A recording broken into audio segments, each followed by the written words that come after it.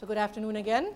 We're here for the AKD ceremony, and I have the wonderful pleasure of introducing a colleague and friend of ours from the University of Maryland, Dr. Rashawn Ray, who is here to speak to us today as the keynote speaker. Short introduction, Dr. Ray is an associate professor of sociology at the University of Maryland. He has multiple affiliations with research centers, and before that he was a Robert Wood Johnson Fellow at the University of Berkeley. He earned his MA and PhD at Indiana University, of course, insider joke, and before that, prior to that, his BA from the University of Memphis. And typically, so at the moment, Dr. Ray is also co-editor of an online journal called Contexts, which is our discipline's premier online presence to communicate social science to the public. So it's a wonderful read, even if you've never majored in sociology. His contributions regularly make the news if you're reading the bylines. New York Times, Public Radio International, the HuffPost, NBC, Washington Post, AP, Chronicle of Higher Education, and more. He's been on more TV channels than I care to count. And his excellence in mentoring and communication and science communication is legendary because it targets both the general public and students. He's received multiple accolades for his mentoring, both at University of Maryland, at IU Bloomington, and also from the McNair Scholars Program. His research focuses on several issues that are related to today's talk, and the title of today's talk is Creating Civility and Tolerance in an Uncivil and Intolerant Society. Some of his projects examine, for example, police-civilian relations or men's treatment of women, with particular emphasis on how intersectional factors, meaning race, gender, class, shape these dynamics. He has more than 40 publications, including a co-published book called How Families Matter, and a very popular anthology on race relations that's been adopted by many college course instructors. Dr. Ray's research has been funded by the National Science Foundation, National Institutes of Health, Ford Foundation, the American Sociological Association, SSSP, various other alphabet soups, and corporations, including Google, USA Today. What am I missing? It's about it. AT&T. Here's Dr. Ray. So obviously we're here because we're talking about sociology. And as a sociologist, we tend to aim to highlight what are the factors that cause a particular social problem. Okay, so we're going to actually, for the next 30 minutes or so, talk about a serious topic, but I'm going to end with what are some things that we can do leaving here today that can actually change the experiences that we know people are having.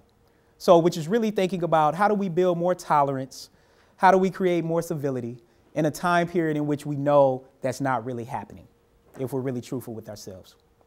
So as we kind of look at, even just over the past few years, we can look at a series of images, whether that be the mass shootings in Vegas, whether that be church bombings and church shootings, one very close to my hometown in Tennessee, as well as the AME church massacre in South Carolina. And then, of course, Dylan Roof is the person who committed that particular act at that church at Mother Emanuel AME Church, where nine parishioners were killed. I think one of the things that also got people really annoyed is that after they captured him, he said he was hungry and police officers took him to Burger King. And I think for a lot of people, we can kind of think through how that might be problematic.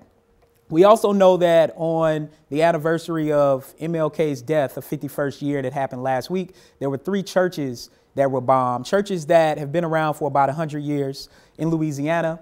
And this was the individual who actually did it. His father, who was a sheriff's deputy, actually turned him in. So we can see the way these particular acts, and I should have mentioned with Dylan Roof, his uncle is actually a professor at a college in South Carolina. So we like to frame individuals who do these acts as being outcast, when in fact, unfortunately, we've oftentimes seen them at places, at schools, at places where we go in the community, even at times in our own families. And what oftentimes we've done is we've looked the other way. We've let their bigotry continue to proliferate. And one thing I know, because I come from a military family and a law enforcement family, that my grandfather, who served 21 years in the military as a Purple Heart, served in 2 wars, one thing he would always say to me is that your silence is your acceptance. Your silence is your acceptance. So when we're silent about these particular acts, we are actually being complicit in them. So part of what I'm going to try to do, I'm going to walk you through what some of the key issues are, which some of these you probably know, but I'm going to contextualize it a little bit better. And then I'm going to give you some ways in which you can actually be what I call color brave instead of color blind or color silent. So one thing we know is that in the United States over the past 20 years, hate groups and hate crimes have significantly increased. You can look at this graph and you actually see it. It's increased over time. And I don't know about you, but I find it problematic. I find it problematic because that doesn't necessarily represent what I think is my family. I don't think it represents my community. I think you all will argue it doesn't represent your community, but unfortunately we know that these kind of things happen in our communities. We also know that things like this that happen in Charlottesville, these were regular people. These are people who go to work with us, people who go to our church. These are people who we might actually love and like. And we can't separate those two things. We can't turn a blind eye because, unfortunately, people's lives are being impacted by these particular acts. I particularly think about what happened at the University of Maryland where I work. This is a bus stop on campus. And if you look at that picture, what you can see is in the middle of that, it's kind of hard to make out, but you can see a man in a uniform. That is Lieutenant Richard Collins, Second Lieutenant Richard Collins, who was actually murdered in a hate crime at the University of Maryland at this bus stop while he was waiting on an Uber with his friends 2 days before he was set to graduate from Bowie State, which is a historically black college down the street in Prince George's County. He was about to enlist full time to be a paratrooper. He was preparing to go overseas to Asia. And instead, before he could actually go serve his country, he was taken out by, unfortunately, one of the main pillars that has held up our country. And if we're being honest about that, that's racism. What's also interesting is that the person who murdered him, Sean Urbanski, was a University of Maryland student whose mother works at the university. These things are not detached. They are very much aligned. This is Lieutenant Collins. This happened 2 years ago on campus. This isn't something we're talking about. It was 20, 30, 40, 50 years ago. This is right now. Most people in this room who are students, you all were in college when this happened. This was just 2 years ago. That's Sean Urbanski there. And then this is what they did at his graduation. They put actually a place where he would sit at graduation. That's going to continue to be there. This is happening on our college campuses. This is happening at a university where I happen to work that we applaud as being one of the most diverse campuses in the United States. Like, surely this stuff doesn't happen right outside of Washington, D.C. Oh, yes, it does. And I know living across the country, whether that be in Tennessee, Georgia, Maryland, California, Michigan, Indiana, that none of these places are immune to this, even though we try to act like that they are. One of the things we also know is that gun violence is starting to increase. Now, one thing, if you're like me, you probably turn on the news and you think that the world is a much worse place than it might actually be. In fact, violent crime is lower today than it was 40 or 50 years ago. But yet and still, when I look on the news, I'm like, I can't even let my kids go outside and kick the ball around. Like, it's such a dangerous place. But there are certain things that are getting worse, and guns is one of them. If you look at this graph put together by Dr. Tristan Bridges, what you see is that all of these at the bottom are countries. Those blue dots are countries. And then there's also a red dot if you look at the top right. That's the United States. That's how many guns individuals have per 100 people. Now, of course, a lot of people will tell you, well, it's not necessarily about the gun, it's about the person who has the gun. Well, last time I checked, somebody had to have that gun. And it's not about not having guns, because I'm from Tennessee. I would never tell people not to have guns. Believe you me, I know better than to do that. But what I do know is that maybe there are certain things that we could actually do. Maybe there are certain measures that we can actually take. Maybe we can have an incubator period about what's going on. Because while we might be in Nebraska, and say if I was in Tennessee or Georgia, it might be similar, where there are a large number of people who have held a gun and shot a gun. There are also other places I've been, California, Maryland, where I have students who have never even seen a gun. So we have that disparate way in which we're going. But one thing we do know is that as gun violence increases, and one of the main ways gun violence increases has to oftentimes do with children having access to guns through accidents, as well as suicides. So what you're looking at, this is the uptick, again, over the past 20 years in homicides due to guns, and then also an uptick in suicides with guns. I think one good measure is an incubator period, meaning someone wants to purchase a gun, that's great. But how about they purchase the gun and then they wait 72 hours just in case they're having some particular crisis where they might enact something. I think the other thing, we need to make sure that we have universal background checks. Because one thing I know, being from different states, whether that be living in Indiana or Tennessee, I can walk into a place and purchase 5 guns for about a few $100s and take them across state lines and go to Maryland with it. I'm unsure we should allow that. And I think we also have to put this in context in the sense that the United States actually houses and owns nearly half of the world's guns. There are about 400 million guns in the United States. Now, again, I think everybody should have the right to do what they want to do. But I do think when we have some type of public health crisis in the United States or epidemic, and I think guns tends to be that way, I think we have to make certain types of changes. The other thing we know as it relates to gun violence isn't just gun violence and certain types of crime, but then also issues as it relates to the police. Of course, it's been kind of centered in the news. Everyone knows about it, particularly as it relates to African Americans falling victim and being involved in officer-involved shootings. One thing that's interesting about these particular incidents in particular that I'll speak to throughout my talk is that if we look at these settlements, who can tell me who pays these settlements? Who knows? Taxpayers. Taxpayers. I don't know about you, but regardless of how I feel about this, I don't necessarily think my tax money should be going to this. And I think a lot of people feel that way. I think regardless of where people are on the aisle. So maybe we need to make certain types of changes. For example, when someone dies in a hospital, and I know this because my mom is a nurse, my grandma is a nurse, my wife is a nurse practitioner.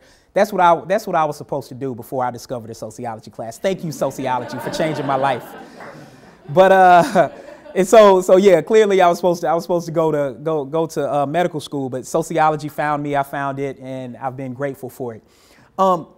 What's interesting though is when there's malpractice in the hospital, or when someone just dies due to someone giving the wrong medication or something like that, insurance covers that. But with these type of incidents, taxpayers are covering this. I think as taxpayers, you have to ask yourself, is that what you want your money to go to? In places like Chicago, they actually appropriate police brutality money for claims. A certain amount of money every year is already appropriated because they just know something's going to happen. So in a case like Laquan McDonald, who I don't have up here, but Laquan McDonald, this was a multi-million-dollar settlement. So I think these are things that we kind of have to think about. And I think we can draw this comparison, as I heard yesterday, about the Beatrice Six. That here you have a group of people who were falsely accused of murder. And now all of a sudden, a jury awarded them $28 million in a town that simply doesn't have the money. What do you do? Clearly, money's due these people. What do you do in this situation?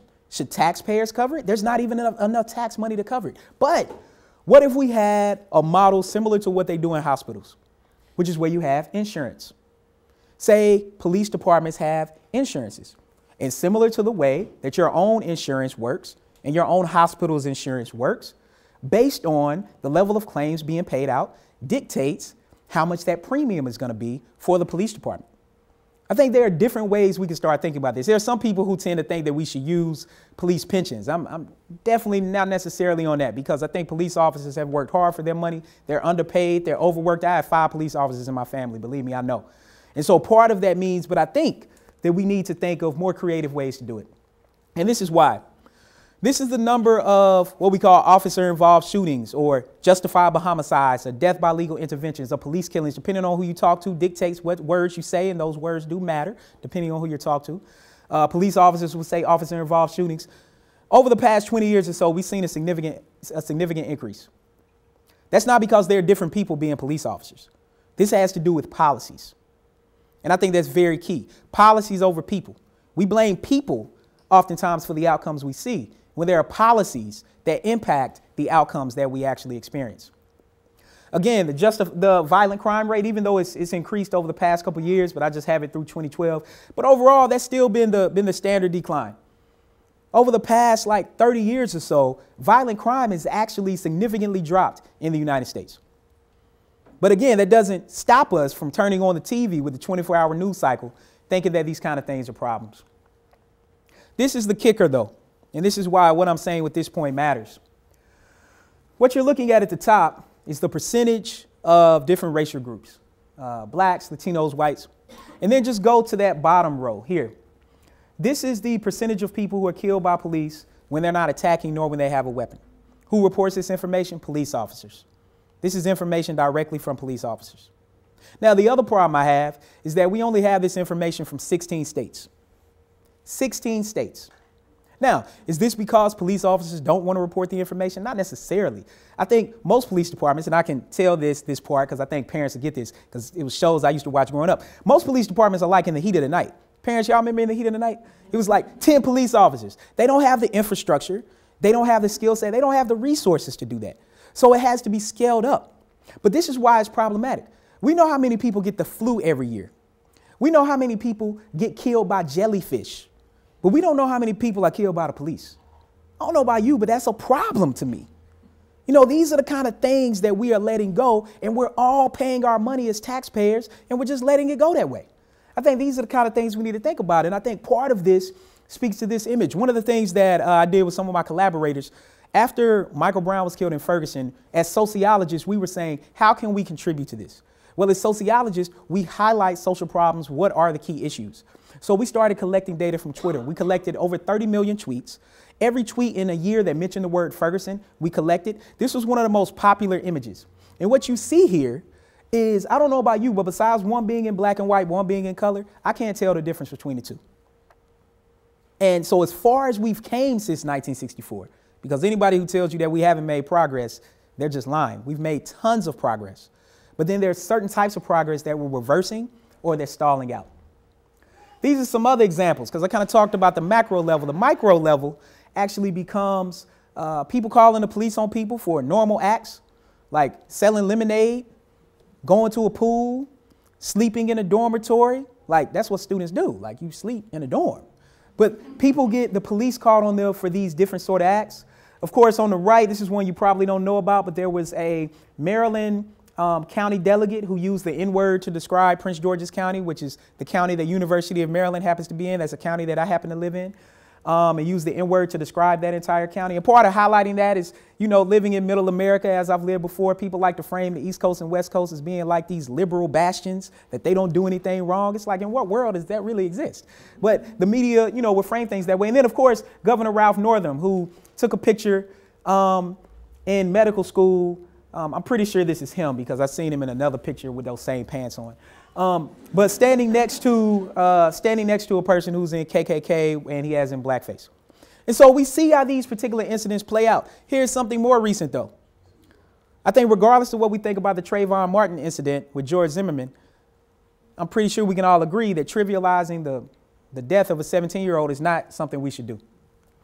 I think probably looking at this, they were white, they browned their face. But even besides that, people probably remember who were sports fans, who were football fans. Ray Rice, who hit his now wife in an elevator and hasn't been able to play football since. This was the son who posted this. So my mom and dad were in the best Halloween costume ever, and it said, hit a B word. I think regardless of what we think about the incident, probably trivializing it, is it the best thing to do? And so we know that it's not just about race, right? It's also about gender. We know that on college campuses that rape and sexual assault are problems. We also know that on college campuses that 1 out of 5 women, and on some college campuses 1 out of 4, and even some 1 out of 3 report being sexually assaulted or raped during their time in college. Focusing on race and gender, which are 2 issues that impact everyone in this room, are things that I think we can all agree we need to focus on. And it's not just with students. This was at Berkeley where, as Dr. Wareham said, I did my postdoc, that the dean of the law school was sued for sexually harassing one of the women who worked in his office over a series of time. So we can see how these sort of things compound, that certain people are held accountable and certain people aren't. I think Albert Einstein said it best. We cannot solve our problems with the same thinking we used when we created them. And that's what we're trying to do. We're trying to solve problems today with the same thinking we used when we created them. And there are other things we could do. So what I argue is that we should develop a racially inclusive sociological imagination. A racially inclusive sociological imagination. What does this mean? This means that we should be color brave rather than color blind. Most of us think by not talking about race makes it go away. Well, I think it's a rather privileged perspective, because for a lot of people, you can't just make it go away simply because you don't talk about it. People experience race like people experience gender. Not talking about it doesn't lead to people not experiencing it. Instead, if we want to do something about it, we have to directly challenge it. So when something is going down a railroad track, you don't stop the train by saying, I'm just not going to look at the train. The train's just going down the track. It's just moving. The only way you can stop the train is to literally get in front of it and stop it and actually do something about it. We have to have candid racial conversations without racist intent. People think you can't do this. People think just by saying the word racist means you're a racist. In what world is that the case? That's not the case. We talk about stuff all the time. It doesn't make you whatever you're talking about. But instead with race, it's like it's taboo. And that's how you know it's important. That's how you know it's really important. Because if it wasn't that important, we wouldn't feel like that every time we mention it or think about it. Instead, we have to get over that. And part of that is being brave. We have to be brave with the conversations we have with our kids. We have to be brave with the conversations that we have with our friends. We have to be brave with the conversations we have with our coworkers if we really want a better world. And if all of us do that with our own social networks, we will have a better world. So I'm going to quickly go through these things. First, you have to develop a holistic life perspective. You have to come in touch with who you are, spiritually, mentally, emotionally, and physically. Reflect on your life and think about the experiences that have shaped you in terms of that shaped your view in terms of how you view race, how you view gender, for better or for worse, and come to terms with those things for yourself. Part of this means becoming self-aware, coming in tune with yourself, becoming socially aware. That means understanding the way other people view you. All of us have identities. Everyone in here has identities. I specialize in social psychology. We have all sorts of identities, personal identities and socially ascribed identities. People think we are a particular race. People think we are a particular gender. People think we are a particular age. People think we are a particular sexual orientation. People think we are a particular religion. And regardless of what we think about ourselves, what other people think of us matters. It's important for us to understand that and then reflect on what other people think about us. And then we become globally aware. We have a broader understanding of the way people view us and the way we view other people and how that helps shapes the world. And then we can be agentic, as we say in the academy. We can actually do something about it. I think part of this, we have to identify trust points. There are these competing curriculums that we call that disrupts what we try to do as researchers. I don't know about you, but last time I turned on the news, if I hear CNN say something is breaking news when it's not one more time, I'm like, everything isn't breaking news. You know, and I'm like, Fox and NBC, everything you all say about each other, is it right or wrong?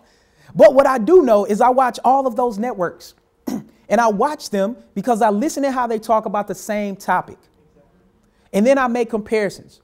And then I go to other outlets like AP, Bloomberg, other sorts of outlets, Axios, that I know is just giving me what happened. Sometimes I just want to know what happened. I don't want to hear what you have to say about it. Just tell me what happened. And we're not in that cycle. So part of that becomes important. And this is why this is particularly important. What you're looking at, just look at the big dots. The red are Republicans, the blue are Democrats. This is Senate voting patterns starting in the 1970s up through I think the end of Obama's first election or first term. See, up until the early 90s, people went back across the aisle. But the perception we have today that things are very polar opposites in Washington has been the case for years. It's not anything new. It's just the media is finally starting to cover it that way. So part of it is we have to frame things a different way. And living in Washington and doing work on Capitol Hill, the other thing I know is I go into meetings with Republicans and Democrats, some that they say you can't say anything about, but other ones that they say, we're going to have this conversation. But if it's clear that things are going to split along party lines, I'm voting with my party. And that's unfortunate because oftentimes they want to vote a different way, but they don't because they know there are costs associated with it. When it comes to the media, what you're looking at over time, the red line is Fox News. Fox News by far leads all other major networks in terms of views. And that has continued. It's not even close. And part of the reason why CNN keeps talking about breaking news is because they're actually underneath MSNBC in a lot of times. So they're like, geez, we got to figure out something. So everything's breaking news. Somebody's cat jumped off of a roof. Breaking news. Like, I mean, everything is just a big deal. And this is why this sort of things matters. Because a poll found that 46% of the media thinks that media is making up stories about Trump. And along party lines, 76% of individuals who identify as Republican think so. So if you're trying to talk about Trump, and you're talking to someone who might have voted for Trump and who's Republican, it's going to be difficult for you all to have a conversation because of how the media frames things. One of the other things I want to highlight is what's called TCOT. This stands for Top Conservatives on Twitter. Raise your hand if you've ever heard of TCOT. A few people. Yeah, I figured some of, but it's a reason why you all know about it. Everyone else, you don't know about it. You know why? Because it's a very very alt-right group within conservatism that even people who are conservative don't even know what it is. And this is what I tell people. I'm like, the framing we use that all conservatives or Republicans are in one bubble and all Democrats and liberals are in another bubble is simply false. There's a lot of variation there. And I think we have to ask ourselves, will we be better off having more than 2 political parties? Because people vote in different ways. So this is an example. Let me tell you what a TCOT is. TCOT takes credit for starting the Tea Party, takes credit for revitalizing the alt-right, which is another way of saying white supremacy, and takes credit for firmly cementing the Tea Party in the Republican Party. Think about it. Do you hear much about the Tea Party anymore? Not a whole lot. Doesn't mean they're not there. So part of this becomes interesting to kind of think about. I think part of this highlights who do people actually trust. This is a graph from the General Social Surveys showing what percentage of people have high trust in these different institutions. When you look at medicine, science, and education, what you actually see is that people trust these institutions more than any other institution. And I think as scientists, we're aiming to do a good job of trying to get things out into the public. As an example, Alice Miller McPherson, where's Alice? Alice, who just won the Science Slam, right? Yeah, you all should give it up for Alice. It's pretty amazing. If you all haven't watched it, I got to watch it over the past 24 hours. It was amazing. This is what sociology does, is the work that Alice is doing. And the fact that professors are publishing op-eds in local papers. These are the kind of things that get sociology out. As Dr. Wirral mentioned, I'm one of the co-editors of Context Magazine, along with Fabio Rojas. You can go to context.org. You can get short pieces from sociologists that will help you be informed to have better conversations with people. Go check out this information. I think it's pretty great. We do all these neat covers and stuff, and it's a way to read something in 1,000 or 3,000 words instead of a 9,000 word article that you all would probably consider boring. All right, how do we reduce implicit bias? Well, one thing I've been doing is we've been doing decision-making training with police officers. We've developed a virtual reality decision-making program. I'm going to quickly go through this. But what I want to highlight here is a couple things. Here in Nebraska, there was a recent article that came out that showed racial disparities in traffic stops, okay, suggesting that there needs to be additional training. This isn't necessarily something that is unique to Nebraska. In fact, there was a study in New York State that found out of 700,000 traffic stops that African Americans and Latinos were more likely to be stopped, but this is the kicker. Not only were they stopped, force was used. As you see here on the right, the number of times force was used. Here goes the other kicker. Only in about 8% of those times was someone actually arrested. And a majority of those people who were arrested for resisting arrest. Well, you think if you didn't do anything, you're probably going to be upset. Only 2% of the time that they find something on them. And this is what's interesting.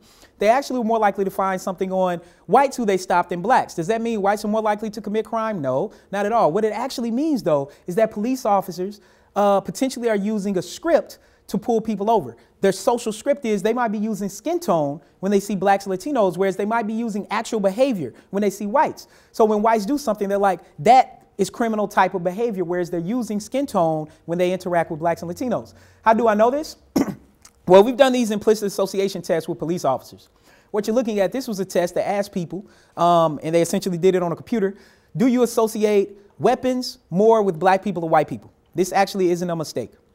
What you see is that a majority of officers associated weapons with blacks, and they didn't have a moderate or strong bias for whites with weapons at all, even though on average whites are more likely to own a gun than blacks. And what becomes interesting here is this was a very diverse police department. The whole framing that this is some kind of way like a white issue or a white man issue is simply not what the data show. It shows that it's about the organizational culture of policing and the policies that allow people to enact certain types of violence and brutality onto others, including citizens on citizens. And so this was a very diverse group of police departments. The minority officers were just as likely to think this. So the whole logic that some kind of way is just one group of people is simply wrong. So what we've done is we've developed a series of virtual reality simulations that help officers to be able to improve their decision making. Suspicious person scenes, pullover scenes, and this is kind of the setup. You can see a person puts on the goggles. They go into a virtual world. It's full 360. And what becomes interesting is we can measure a series of things. We can measure police officers' heart rates. We can measure their stress level through speech. We can measure their body movement. We can put little weapon trackers like the size of quarters on their weapons and tell them when they touch them, when they pull them, who they might pull them on quicker, who they might not pull them on quicker, eye tracking, a host of sort of things. Final two things I want to mention is I mentioned before, creating brave spaces. As I said before, racism doesn't go away because we don't talk about it. Racism goes away because we take action against it.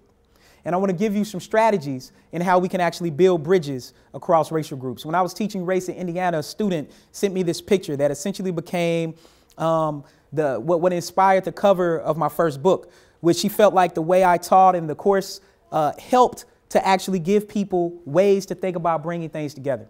So as we think about what we do at work, as we think about our dinner tables, how do we implement a racial equity framework?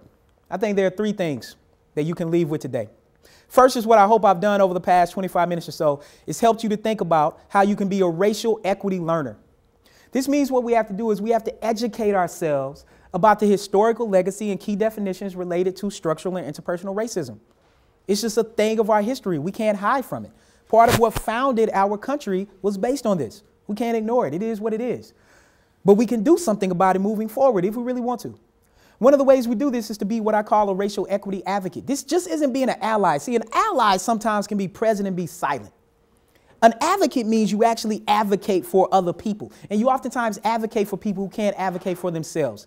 And I think the main way you do it is at tables just like you're doing now. If you're like me, most days of the week, tables don't look this diverse. My table pretty much looks like me. Your table pretty much looks like you. What that means is you're more likely to have conversations with people who are very similar to you by race, by gender, by class, and by age than you are with people who are different. That means I should advocate for you when you're not at my table, and you should advocate for me when I'm not at your table. And if we do that, we can start to make a difference. Then we also have to be what I call racial equity brokers at work. We have to think about advancing policies that allow for more accountability, for more transparency, so that people can actually have the type of equity that they actually need and deserve. So I'll say all this to say, and simply challenge you in closing as we take questions for a few minutes, is how do you plan to address incivility and intolerance in the 21st century? Thank you for your time.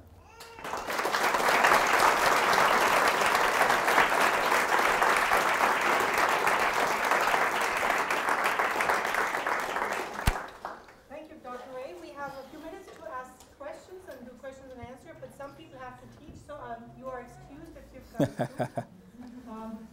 Question for Dr. Ray.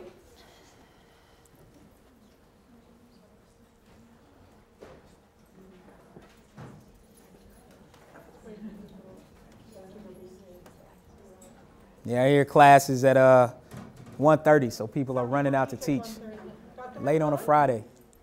So thank you very much. I really appreciated your presentation. And one of the things I wondered about is emotions people might feel if somebody says to them, wow, that was racist, and somebody didn't mean to be racist. Yeah. Like how to handle that in a situation to maybe make it more positive. Yeah, I mean, that's one of the fundamental things. I mean, essentially the key term that you're talking about is what we call microaggressions. It's when you might say something to somebody or do something and you don't exactly know you did it. We do it all the time. We do it about everything. So how do we handle that? Well, I tend to think it's a couple different roles there. Actually, it's three different roles typically. It's the person who engaged in the microaggression, it's the victim who received it, and then it's the bystander. Okay? So when I think about the victim and the bystander who might say, that was racist, why did you say that? You know, I tend to think at times maybe there's a different way in which we can actually say that information. I also tend to think, so I think about it in two ways. I think, well, part of the other thing is the bystander, I think oftentimes has one of the biggest roles. We are oftentimes bystanders when these incidents happen. And we have the right to either be silent or say something. Now, at times we can say something in the moment or we can wait. I have two main strategies. If it's a person who I'm not going to see again, I say something about it right then. Because I'm like, I'm never going to see you again. And I'm not going to take that with me. I'm not going to take it with me and be walking somewhere a year later and be like, man, I should have said something when that person like that. Like you take it with you. So part of it is there are things you can say. You can say something simple like, hey, what you mean by that? Or, I'm not sure I necessarily agree with that. Or, well, so if you meant this, some people might take it a different way than you might be giving it out. Would you like to explain a little bit more? So part of it is giving the opportunity for the other person to try to explain. And oftentimes, the person who's doing it actually doesn't have any more language for it. Because that's part of what microaggressions do. It kind of stereotypes people and balkanizes people. But you give them at least an out. If it's somebody who I'm going to see again, I will oftentimes have a conversation later. And I say, hey, let's talk about what happened. I think some people might consider that to be racist. I think some people might consider that to be sexist. Like with some of my buddies, that's typically what happened. I'm like, that was probably sexist. Like, yeah, that was a problem. And then we have a conversation about it, because what I aim to do is plant a seed. What I'm asking you to do is simply plant a seed. You don't have to grow it. Part of what we try to do in these incidents, we try to grow the seed. And when you try to grow the seed in a setting that you're not supposed to be having these conversations in typically, it can oftentimes lead to more conflict. But you do want to let the victim know that you heard it, that you're in solidarity with them, and that you're advocating for them. So oftentimes when I hear something, I'm like, whoa, I'm not sure I agree with that. Should we talk about that now or later? Like, you want to talk about it later? Okay, well, I'm sorry for him for saying that. And then we move on with the conversation. But, hopefully that's helpful. Again, we don't have to do a lot. It can be something very short. But I tend to think that our friends and our family are who we have to do it with the most. So when I'm sitting around Thanksgiving and my bigoted, sexist, racist uncle says something, I'm like, I disagree with that. I actually disagree with that. We don't have to talk about it now. I'm eating grandma's cake. But later we could talk about that. And then we move on. And why do I do that? Because I'm modeling for other people who are watching. That's the thing we got to realize. They're young people. I got little kids. I got little cousins. I want them to simply grow up to do that. I don't want them to get 30 and 20 and all of a sudden they feel so uncomfortable with doing it. I want it to be a part of their lexicon. Like my kids came home and said that the other day. They were like, yeah, we went to a birthday party. And they said, yeah, so-and-so called somebody a name. I said, okay, so what'd you do about it? Instead of giving them the language, I said, what'd you do about it? He said, well, I told him he shouldn't do that. And I'm like, that's what I hope you would say. Proud of you. We move on with our life. But part of it is planting a seed. So now those other kids who are being talked about know if anybody's going to take up for me, it's the Ray boys. And that's what I hope I'm raising them to do. We have a question here. So what advice would you have for students going out into the real world about which battles to pick? Going out in the real world, what? And about what battles to pick in these situations. Yeah. I mean, that's a great question. Because, I mean, you all are going to be entering the world, which I hope you're going to want to go to grad school like you're doing, and get a master's, a PhD. There's tons of things you could do with a sociology degree that I think is wonderful, whether that be a professor or do research, work for Gallup. I mean, all these sorts of things. You have to pick your battles. And what I think you do at work is you have to find, let me go back actually to this slide because I think it's one of the ones that's really relevant with what you could do. If you're being a racial equity advocate, but you feel like you don't have the influence or the power, you want to find people who can be brokers for you. You want to find people who are more advanced in their career, who have 9 lives, who can use those lives on you. Literally. Like as a tenure professor, like we have 9 lives. Like we could do a lot of stuff and we're still okay. But that doesn't mean undergrads can do it. That doesn't mean grad students can do it. That doesn't mean staff members can do it. So you find who these brokers are, you have a conversation with them, and allow them to be your surrogate. Part of what that means is you have to identify people who you know are already kind of aiming to advance a particular type of strategy to help people get treated equally. So in other words, if you're with your boss, if you're at an entry-level job and you're with your boss, you probably don't want to say, that was the most racist thing I've ever heard. You might not want to say that because you might not have a job tomorrow. So I'm not telling you do anything to get you fired. But what I am saying is maybe you leave and maybe the vice president or a person who has the ear of the person who's over the company, it's like, hey, this person said something in a meeting. I really think that a lot of people probably perceived it, to be racist. And I think you should name it. I think you should say the word and then say, is there something we could do about that? So maybe it doesn't mean reprimanding that person directly, even though I think there should be policies put in place. But maybe it means putting then policies in place to hold people more accountable for how they treat others. So I think it's still the reaction of you either do it in the moment or you do it later, which that goes back to what I was saying earlier. You're going to see these people again, so you can do it later. You can also take the time to think about some of the best strategies. But I tend to think for college students who are going out into the workforce, or if anyone who starts a new job, find out who the advocates and brokers are. And it instantly becomes clear. Like, it's not like it's a mystery who these people are. Like in meetings, you hear them talk up, you hear what they say at the water cooler, you hear what they say at lunch. Talk to them in private, one-on-one, and then see if they can be the advocate and broker for you. Yes. Oh, sorry, they got to get it for that. From former terrapin to current terrapin. Oh, how about that? Hey, yeah, Go Maryland. Yeah, so and related to the last question you just asked, we know the term mansplaining. I would say there's also elite-splaining. Yeah. I would say that there's also straight-splaining, Yeah. meaning that those who come from privileged backgrounds tend to take more space, Yeah. and then when they mess up, they get hurt very easily. So how do you recommend dealing with hurt feelings? Yeah. Right? Because if you're from a non-privileged space, you have to sit there and just deal with the fact that somebody's hurt, and now you either have to confront it in some way or just be quiet. Then it makes, the fact that you've been displaced or disrespected something that's not dealt with. So. Yeah, great question. From one terrapin to another, I tend to think that marginalized people's feelings get hurt all the time in ways that, for those of us who have certain types of privileged identities, never even know or realize.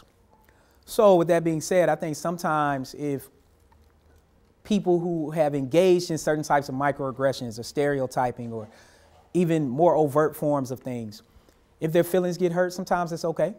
Because when people get emotional, I think it's oftentimes when people can really reflect. Because I think part of the issue with what we're talking about around, say, race or gender or sexual orientation or religion or social class, being here in Nebraska, it's a lot of people who live in rural areas who have been suffering for a long time. I think part of thinking about that is the fact that what leads to some type of bond is empathy. And I think part of what we lack is empathy. We see someone else and we think they're not like us. And I think that's unfortunate. And so I think sometimes when people's feelings get hurt, like when someone's like, hey, you're mansplaining, and I get in my feelings, maybe I need to get in my feelings. Maybe I need to think about the fact, I didn't take up any space. Just the fact that I said that as a response suggests that I am taking up space. And I think it's okay for us to reflect on that. And what we should do is do what I was saying in the developing a diversity achievement ideology, is becoming self-aware. Part of becoming self-aware is then becoming socially aware. It's becoming aware of how other people view you. So the fact that I'm like a larger man and I tend to talk loud, then that means I might take up more space. So what I try to do when I'm not on Showtime like I am now, I try to be reserved. I try to check myself. I'm like, have I talked to everyone? Has everyone had a chance to respond back to me before I get super excited and just take up all this space, and 15 minutes later I've talked 14 of them? I think part of that is okay. So in short, I think that if people's feelings get hurt, I think the first thing we got to ask, are their feelings being hurt because they did something or because somebody else did something? In this scenario, their feelings are being hurt because they did something. And maybe they need to reflect on the fact that they probably hurt someone else's feelings before their own feelings got hurt. Yes. I guess kind of basically that question, but the reverse, coming from a very privileged space that I come from. I've had conversations specifically with my boyfriend, per se. He comes from a very different background. Both of his parents are first-generation immigrants. His family is Muslim. And so I've had issues in trying to bring up that kind of conversation because he's you don't know what you're talking about when I'm. So basically, how do you do that? And also, I do have another question related to the VR thing, but that's less important. It can still be important. Go ahead and ask it. I'll see if I can get both of them in. So that's something that you do, right? That was your work. So how do you see that? So right now, is it mostly in the stages of just kind of identifying this bias? Like, obviously, there was originally like the IAT test or something where you just click the little buttons. Like, how do you see that moving forward in terms of like actually changing policies and stuff like that? Yeah, great question. So I'll answer them in order. Your first question. So I'm thinking about this dynamic, right? You and your boyfriend. Part of what it could be is that it's not that he doesn't like talking about those things or that he doesn't have conversation about that. Maybe it's him having the conversation with you. So in other words, he's vulnerable to a point with you in the sense that he's like, you know, we're having a great time. When we start talking about this, I get very serious and I just want to have a good time with you. So that might be where he is now. You fast forward 6 months or a year, it might change completely. He might talk about it a whole lot and you're like, you didn't used to talk about it. And I think that's the thing with relationships. I've been with my wife since high school. We're like an old couple at this point, like literally. And it's ebbed and flowed. There are things that we used to be okay talking about that we don't like talking about now. We're like, we don't want to bring that home. And then there are things that we didn't talk about in the past that we really talk about now, and one of us plays it up. So part of it is the ebbs and flows of relationship. I think that's normal. The advice I would have for you is maybe you talk to someone else. So part of it is maybe your boyfriend doesn't want to talk about it because it's a sore spot for him for various reasons. It's probably some things that's happened that he really probably wants to tell you. It's just the timing of it. He's like, I don't feel like getting into this right now because it takes me to a place that I don't want to go to and I'm having a good time. So maybe you talk to other people, some of your other friends, or maybe even some of his friends, and you just have general conversations. It doesn't even have to be about him, but it could just be general conversations about class divides and race divides and kind of having that conversation about, you know, how can I make sure that I'm kind of in tune? What are strategies you might have for having these particular conversations? And I think part of it, I think with relationships, any relationships, but particularly romantic relationships, is just checking in. What I try to do often, and I don't do it enough, but I check in. I'm like, hey, are we good? Like, are we, especially, you know, you get older, you have kids, we're running, we go days sometimes without really seeing each other besides waking up saying good morning and saying good night. So it's like, are we good? Like, where are we at right now? What's going on? Let's do a check-in. And part of that is being cool with that. As it relates to the VR, yeah, so as Dr. Warren was saying, we've built partnerships with police departments. We built partnerships with some corporations. And what we did is we developed these virtual reality simulations that can hopefully improve decision making. What becomes the ultimate outcome? Well, similar to what we did last year to some respects and what we kind of continue to do is to have police officers go through our simulation and then we could give them feedback on what sort of triggers there might be. So I'll give you all an example. Experience matters, probably no surprise, right? More experienced officers exhibit less bias, but the key thing becomes why. Well, part of what we might think is, okay, they're just more experienced, but they've seen these particular scenarios before. They're like, I've seen this so much that I already know what to expect. But what we find from a physiological standpoint is that more experienced officers are more stable. Moreover, their heart rates don't jump as much. Their stress levels are very stable. They pull their guns in line with their training. So why is that significant? Do you all know where most experienced police officers work? Behind a desk. Behind a desk. Now that's due them. They've been on the streets for who knows how long, a decade, and their family's like, you need to get behind a desk, right? Because we need you for the long haul, and you know you don't need to have all these injuries or worse. So what that means is that the officers who didn't get promoted behind a desk are still on the street with us. And that means that the less experienced officers are now being trained with those people who didn't get promoted to be behind a desk. So you can go in your mind and think about how that scenario plays out. And so what do we hope that can be done? That police departments across the country will adopt our technology and use it. We also know that we're having an impact at the state level as well as at the federal level. So we go give presentations to different government entities. This program is now part of the Maryland State Police Training Commission. And on Capitol Hill, there's a lot of bipartisan support for programs like this because, and this is the kicker, as I said earlier, police officers are overworked and underpaid. I think it's the most difficult job that we have in America outside of people who are serving in the military. One thing I also know is that police officers, similar to teachers, cannot afford to live in major metropolitan areas. So part of what that means is they're commuting from far away. They're stressed out, they're exhausted. And one of the kickers here is that we don't provide them with enough resources. We provide them with certain types of resources. We don't provide officers with personal resources. for them to take care of themselves and heal. And what I think about is, imagine the money that's being used for police brutality civil settlements.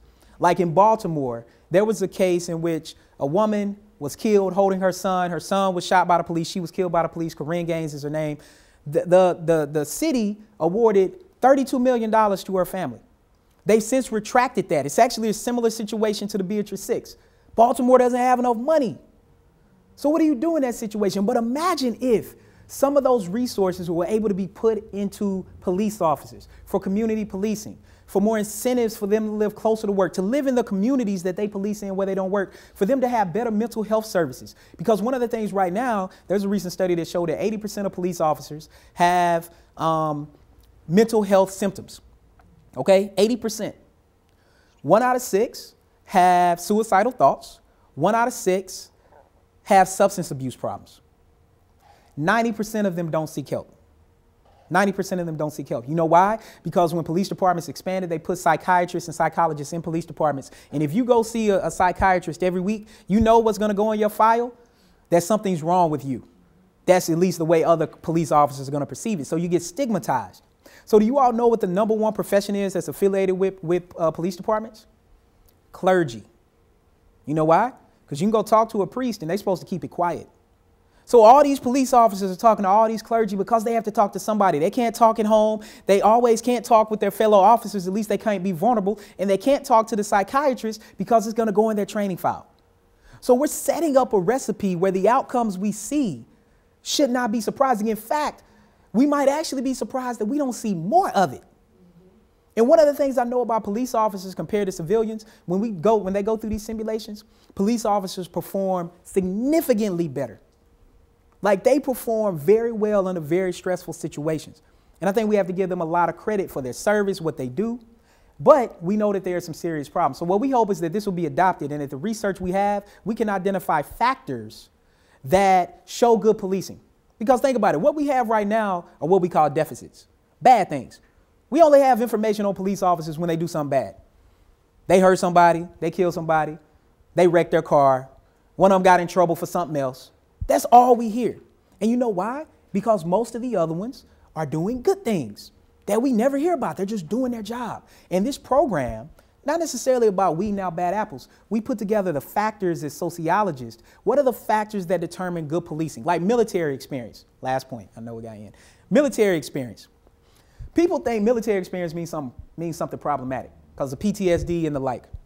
But if you were in the military and you were in combat and you passed the background check and the psych eval to be a police officer, you know what that means? That means you're probably very stable. And that means you handle stressful situations better than most people. You might be an ideal person to be a police officer. Now, what does that mean in our simulation? Well, one thing we found is that people who've had combat training perceive threats differently. We're unsure exactly what that means right now. We're still collecting more data. But if I had to infer, what I think it means is that they've been in combat training, and say they've been in the Middle East, which is, been the most recent war that we've experienced over the past couple of decades. They see something happen in Lincoln, Nebraska, and they like, that's not a threat. That's somebody having a bad day. Because when I was in the Middle East, that was a threat. This right here is somebody having a bad day. And one thing police officers say is that they encounter good people on their worst days. So it could be that people in the military perceive those threats differently. And what we can do is we can bottle up these positive factors and have those officers train and teach the other officers how they perceive things. And I think we can really change policing in the future for the better, which I think for most people in here, students, when you have kids, hopefully things will be better. Like they've been better before, we can get back to that point. So I think we're done. Thank you all for your time.